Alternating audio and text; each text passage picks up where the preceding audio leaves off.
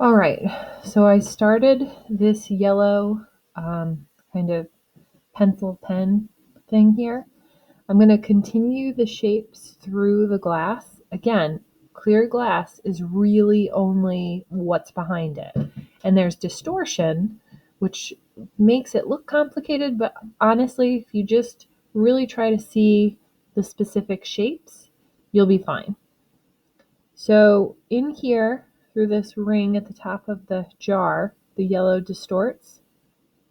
I'm starting with a violet because the yellow is toned, and I want to make sure that I start off with my yellow not being too intense. So very lightly adding in that violet. And I'm just skipping over the parts where there is no yellow. So, all right. A little bit more in here. Now I'm going to put my yellow on top.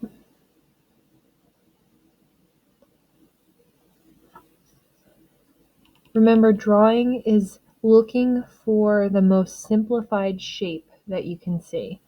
So there's a lot more going on top of this yellow pencil eventually, but I'm just looking for my most simple shape. And this kind of rectangle here is my most simple shape. Simplified shape is probably a better way to put it.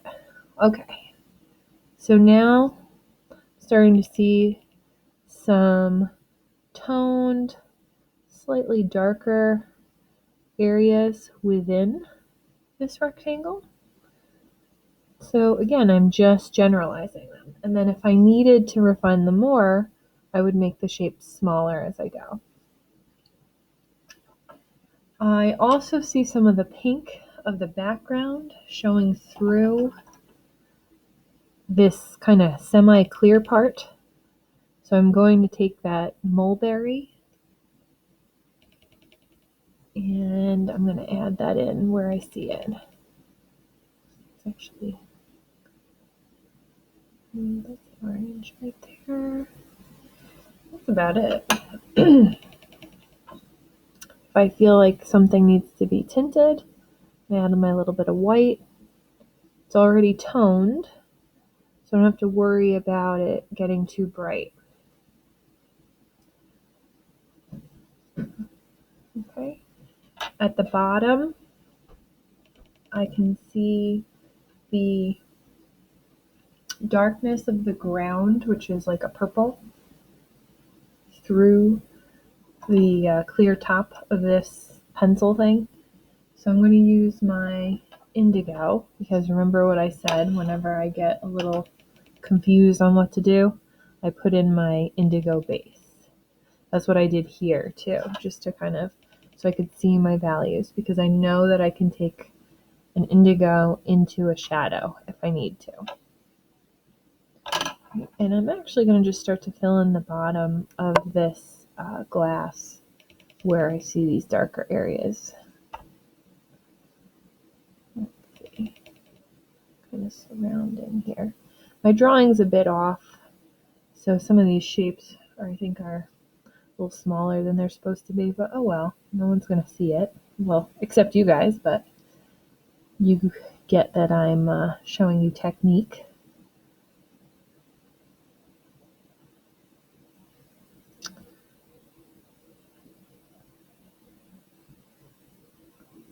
All right. Then I'm going to take my brown. I'm going to go over that. I'm also going to kind of go over these areas that I found the shadow in there surrounding. And if you're drawing, if this isn't your exact drawing, you can still take the technique and apply it to your own. Think general larger shapes and then start to add in your more detailed shapes on top. So this kind of has a purpley, so I'm using my blue violet, and I'm actually going to put some red violet on top, and then I'm going to tint it.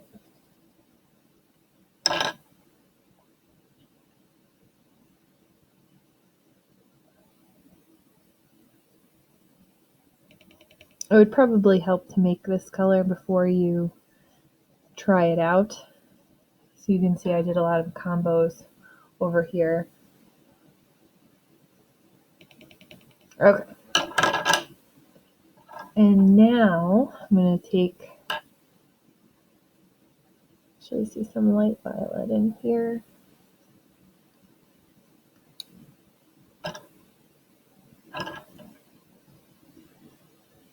It's all shapes. It's like a puzzle.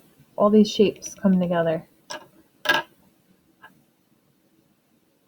have my white in here to kind of show the clearness of that. My shape's not quite correct, so I'm going to angle this a little bit.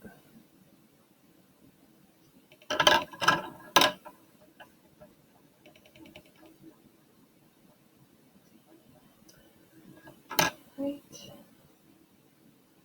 So that's my yellow. I'm going to work on I got like a poppy reddish thing happening in here too. This color down here.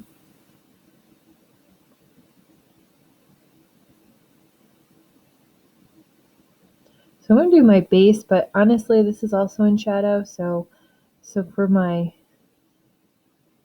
reddish orange, I'm going to need a bluish green to tone.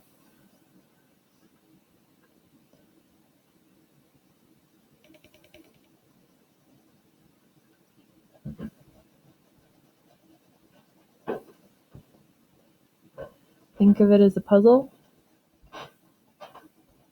Making my color. And then I'm actually going to take a little blue in there to put it in the shadow. And if I put a little more yellow on that, it's going to make it more greenish. And then I can bring this back over top, and you can see how that starts to darken or dull to put that into shadow.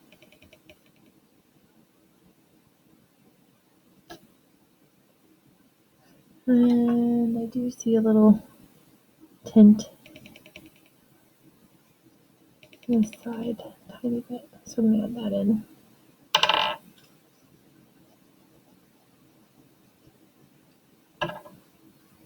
Again, back and forth, back and forth. If you don't like something, go ahead and erase it away so that you can adjust it to how you want it to look.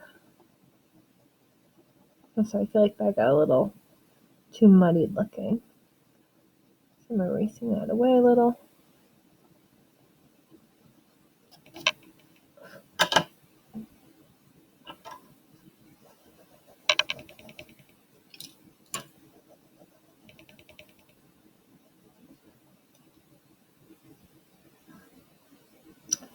Then I see the pink of that flower back here in. So I'm returning to the combo I used to make that color, which is the mulberry and the blush pink.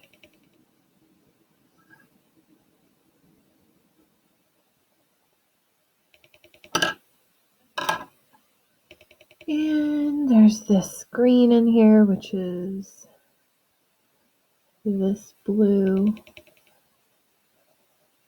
and the yellow and white.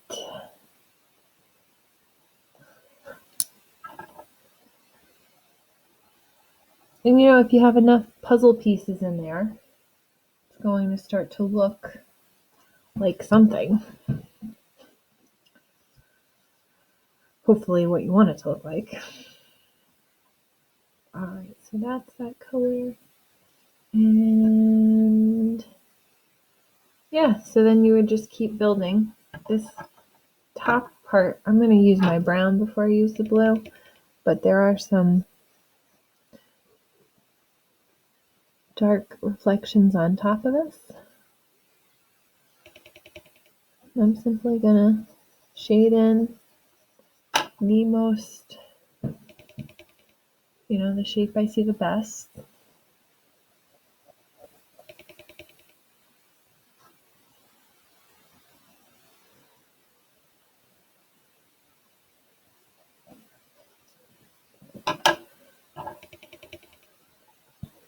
my indigo blue on top.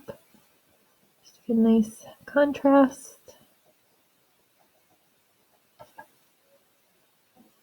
That should start to look glass-like.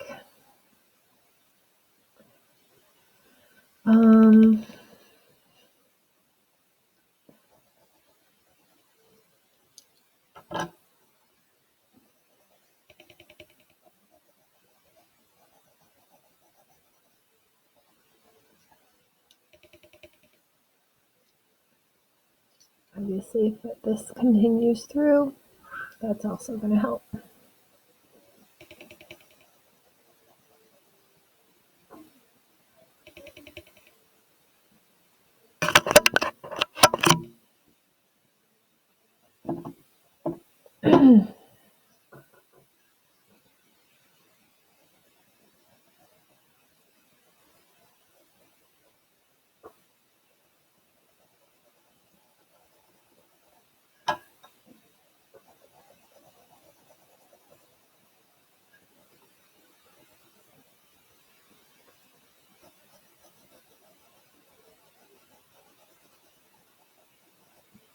I'm going to use just pressure to start with to create some of the different values in there.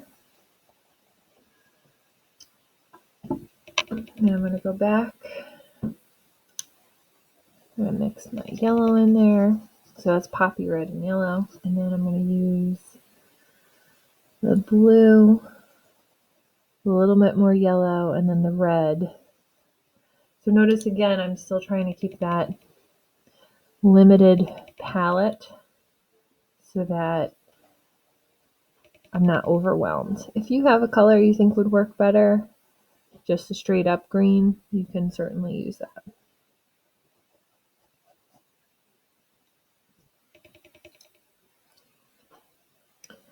And there's a little bit of tinting here.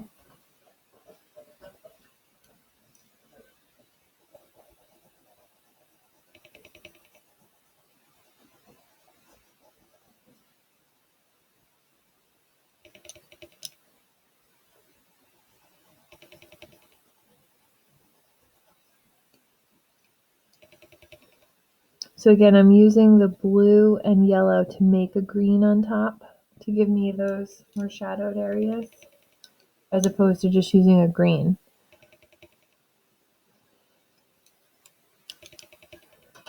When you mix your colors, you do get more diverse, more rich, more interesting colors to look at.